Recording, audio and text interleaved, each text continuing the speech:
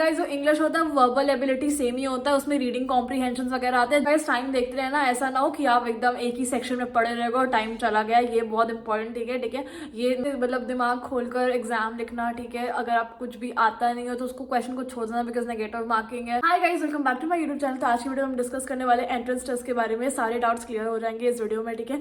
तो जल्दी से स्टार्ट करते हैं।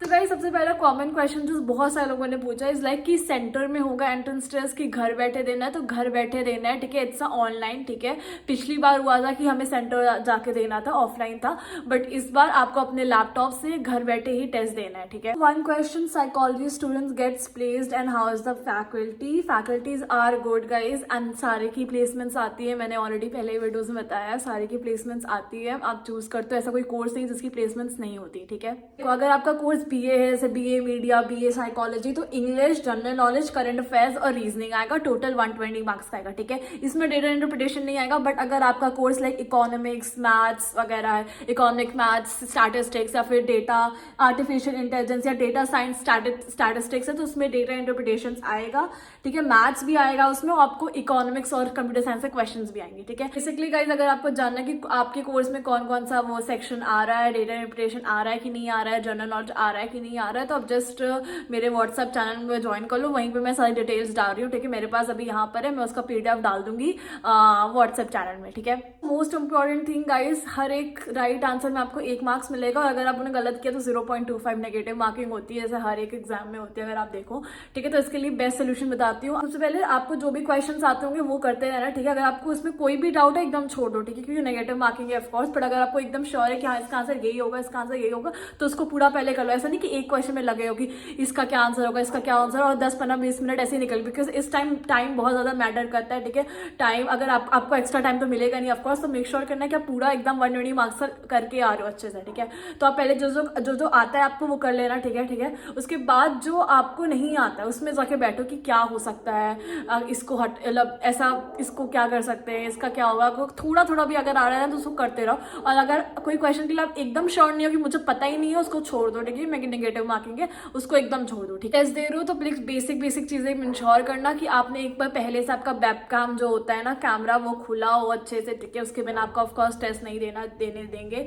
और फिर अच्छे से आपने थोड़ा ड्रेसअप वगैरह किया है, वैसे कोई मायने नहीं रखता, बट स्टिल ठीक है, आप थोड़ा देख लेना। उसके गाइस जो इंग्लिश होता है वर्बल एबिलिटी सेम ही होता है, उसमें रीडिंग कॉम्प्रीहेंशन वगैरह आते हैं। बेसिकली कॉम्प्रीहेंशन वगैरह के लिए बुक उठाओ, सो बुक्स में दिया होता है कॉम्प्रीहेंशन वगैरह, क्वेश्चन वगैरह, उसको सॉल्व करो खुद से, फिर उसके आंसर्स मैच करो कि सही हो रहे हैं कि नहीं। अगर अच्छे आ रहे हैं तो ठीक है, यू कैन, मतलब आप कर सकते हो एंट्रेंस से। अगर नहीं आए तो प्रैक्टिस करो जितना हो सके, ये बेस्ट तरीका होता है मतलब to as the entrance test of any college, ठीक है। बोलूंगी सबसे बेस्ट तरीका है बुक उठाओ, उसको प्रैक्टिस करना स्टार्ट करो। जितना आप प्रैक्टिस करोगे उतना जल्दी सीखो कि ये इस टाइप के क्वेश्चंस को इस तरह पूछा, इस तरह सॉल्व किया जाता है, ठीक है। क्योंकि जो बुक्स वगैरह में हर टाइप के क्वेश्चन वगैरह मिल जाते हैं, ठीक है। जैसे पजल्स हो गया या फिर डेटा इंटरप्रिटेशन के क्वेश्चन हो गए, क्योंकि ये सारे क्वेश्चन आते हैं एंट्रेंस टेस्ट में, ठीक है। तो ये आप एक बार बुक उठाओ, एकदम प्रैक्टिस करो। करंट अफेयर्स वगैरह में डेट्स, ईयर्स वगैरह पूछा जाता है, ठीक है। आप बीबीए कोर्स के लिए दे रहे हो तो उसमें और ऐड हो जाता है, वो होता है बेसिकली फंडामेंटल अकाउंटिंग, उसका भी एक अलग होता है, आपका एक अलग सेक्शन होता है। मैथ्स भी ऐड हो जाता है उसमें डेटा इंटरप्रिटेशन भी आता है, ठीक है।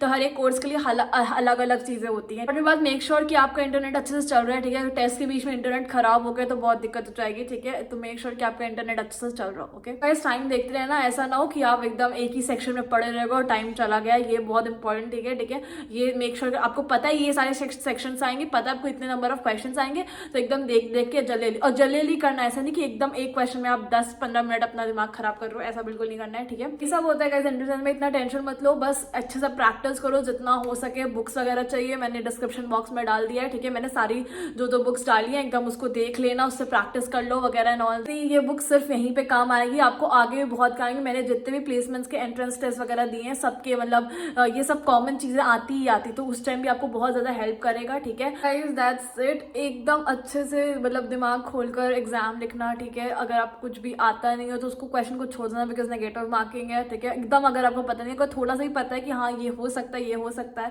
अगर आपको थोड़ा सा मतलब पता है उसके बाद तो जरूर करके आना, ऐसा कुछ है नहीं, ठीक है। अगर कोई और भी डाउट है तो just ask me in the comment section, ठीक है। वैसे मैंने सब कुछ बता दिया है, अगर मैंने कुछ भी भूला हो तो please let me know in the comment section. और that's it for the video, thank you so much for watching.